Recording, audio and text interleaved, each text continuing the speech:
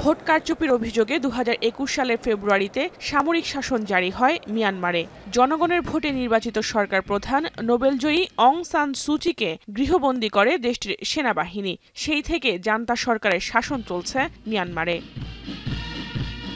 ক্ষমতা গ্রহণের পর নির্দিষ্ট সময়ে নির্বাচন দেওয়ার প্রতিশ্রুতি দিয়েছিলেন জান্তা প্রধান মিং অং লাই। তবে তা বহুবার ভঙ্গ করেছেন তিনি। এতে অস্থিতিশীল হয়ে পড়েছে দেশটির অভ্যন্তরীণ রাজনীতি।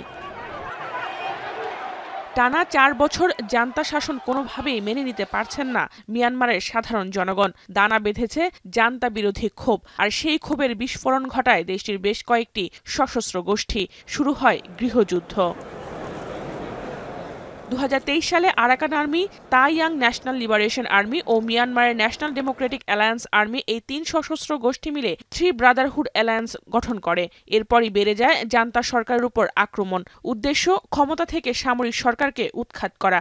এর মধ্যে সফলতার পথে অনেকটা এগিয়েছে সশস্ত্র গোষ্ঠীগুলো। মিয়ানমারের প্রায় অর্ধেক দখলে নিয়েছে বিদ্রোহীরা। এমন পরিস্থিতিতে এবারে নির্বাচনের সম্ভাব্য তারিখ ঘোষণা করেছেন জান্তা প্রধান। চলতি বছরের শেষ নাগাদ অথবা 2026 সালের শুরুর দিকে জাতীয় নির্বাচন অনুষ্ঠিত হতে পারে দেশটিতে।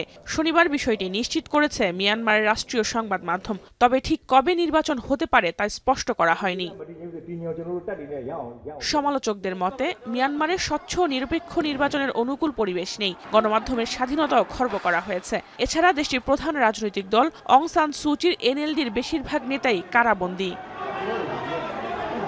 গৃহযুদ্ধের ডামাডোলে থাকা মিয়ানমারের জাতীয় নির্বাচন আদৌ সম্ভব কিনা তা নিয়ে প্রশ্ন রয়েছে রাজনৈতিক বিশ্লেষকদের। তবে অস্থির এই পরিস্থিতিতে ব্যালটের চর্চা জান্তা সরকারের জন্য বেশ চ্যালেঞ্জের হবে বলে মনে করছেন তারা। জাহানারা ভুঁইয়া, এখন বিশ্ব।